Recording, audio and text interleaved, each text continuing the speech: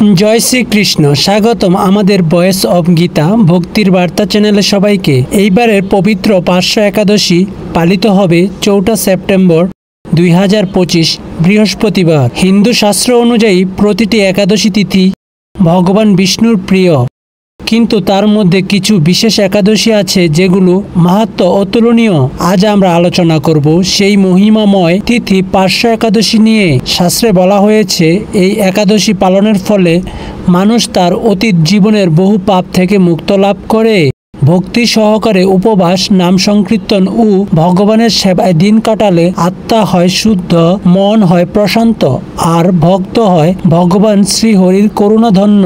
এই তিথিতে শ্রীহরি ভজন, গীতা পাঠ ও দান ধ্যান করলে জীবনের সব অন্ধকার দূর হয় এবং অন্তরে জ্বলে ওঠে ভক্তির আলো। আসুন আজকে এই ভক্তিমূলক আলোচনার মাধ্যমে আমরা একসাথে জানি পার্শ্ব একাদশী মাহাত্ম্য এবং অনুভব করি ভগবান শ্রীহরির অসীম দয়া ও অনন্ত করুণা। ব্রহ্মবৈবর্ত পুরাণে ভাদ্র মাসে শুক্লপক্ষের পার্শ্ব একাদশী মাহাত্ম্য যুধিষ্ঠির শ্রীকৃষ্ণ সংবাদে এরকম বলা হয়েছে। যুধিষ্ঠির মহারাজ জিজ্ঞাসা করলেন, হে কৃষ্ণ, ভাদ্র মাসের শুক্লপক্ষের একাদশীর নাম কি? এই ব্রত পালনের বিধি কি এবং ব্রত পালনের বা কি পুণ্য লাভ হয়? উত্তরে শ্রীকৃষ্ণ বললেন, হে ধর্মরাজ, মহাপুণ্যপ্রদ, সমস্ত পাপ হারিণী এবং মুক্তিদায়িনী এই একাদশী বাজপেয় যজ্ঞ থেকেও বেশি ফল দান করে।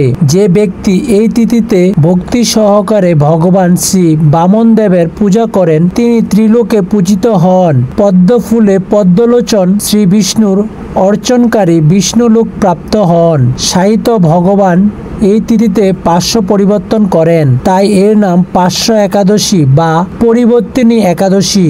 যুধিষ্ঠির মহারাজ বললেন, হে জনার্দন, আপনার এই সকল কথা শুনেও আমার সন্দেহ পূর্ণরূপে দূর হয়নি। হে দেব, আপনি কিভাবে শয়ন করেন, কিভাবেই বা পার্শ্ব পরিবর্তন করেন, আর চতুর্মাস ব্রত পালনকারীরা কি কর্তব্য এবং আপনার শয়নকালে লোকের কি করণীয়, এসব বিষয়ে বিস্তারিতভাবে আমাকে বলুন।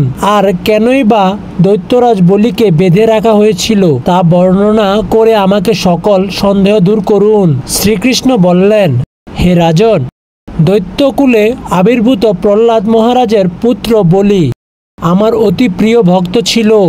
সে আমার সন্তুষ্টি বিধানের জন্য গো, ব্রাহ্মণ, পূজা ও যজ্ঞাদি ব্রত সম্পাদন করত, কিন্তু ইন্দ্রের প্রতি বিদ্বেষবশত সকল দেবলোক সে জয় করে নেয়। তখন দেবতাগণ সহ ইন্দ্র আমার শরণাপন্ন হয়েছিল।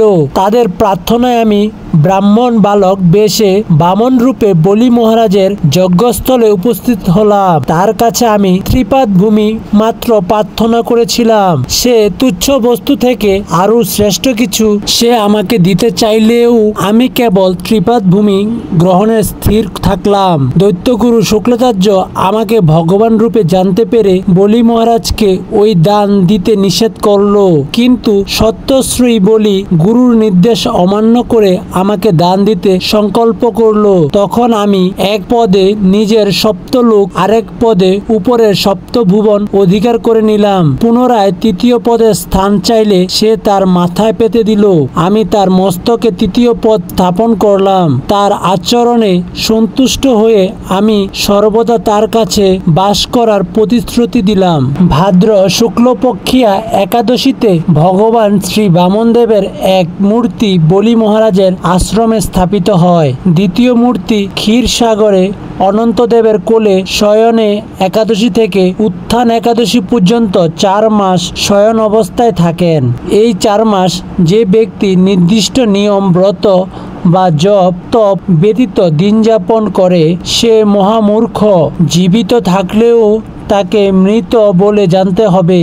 শ্রাবণ মাসে শাক, ভাদ্র মাসে দই, আশ্বিনে দুধ, কার্তিক মাসে মাসকলাই বর্জন করে এই 4 মাস শ্রীকৃষ্ণের আরাধনা করতে হয়। প্রতিটি একাদশী ব্রত যথাযথ পালন করতে হয়। সাহিত্য ভগবান পার্শ্ব পরিবর্তন করেন বলে এই একাদশী মহাপূর্ণ ও সকল অভীষ্ট প্রদাতা। এই একাদশী ব্রত পালন 1,000 অশ্বমেধ যজ্ঞের ফল লাভ হয়। প্রিয় ভক্তবৃন্দ, আজকের আলোচনায় আমরা জানলাম পার্শ্ব একাদশীর মাহাত্ম্য। ভগবান শ্রীহরি নিজেই বলেছেন যে ভক্ত একাগ্রচিত্তে একাদশী পালন করে তার পাপ বিনষ্ট হয়, জীবনে আসে শান্তি আর পরকালে সে পায় মুক্তির দ্বার। তাই আসুন আমরা সবাই ভক্তি শ্রদ্ধা সহকারে পার্শ্ব একাদশী পালন করি, ভগবানের নাম স্মরণে নিজেদের জীবন পবিত্র করি আর তার অশেষ করুণায় দেহ মন আত্মা শুদ্ধ করে তুলি। জয় শ্রীকৃষ্ণ। আপনার যদি আমাদের এই আলোচনা ভালো লেগে থাকে তাহলে অবশ্যই ভয়েস অফ গীতা ভক্তির বার্তা চ্যানেলটি সাবস্ক্রাইব করুন, লাইক ও শেয়ার করুন আর প্রতিদিন ভক্তিমূলক ভিডিও পেতে আমাদের সঙ্গে থাকুন।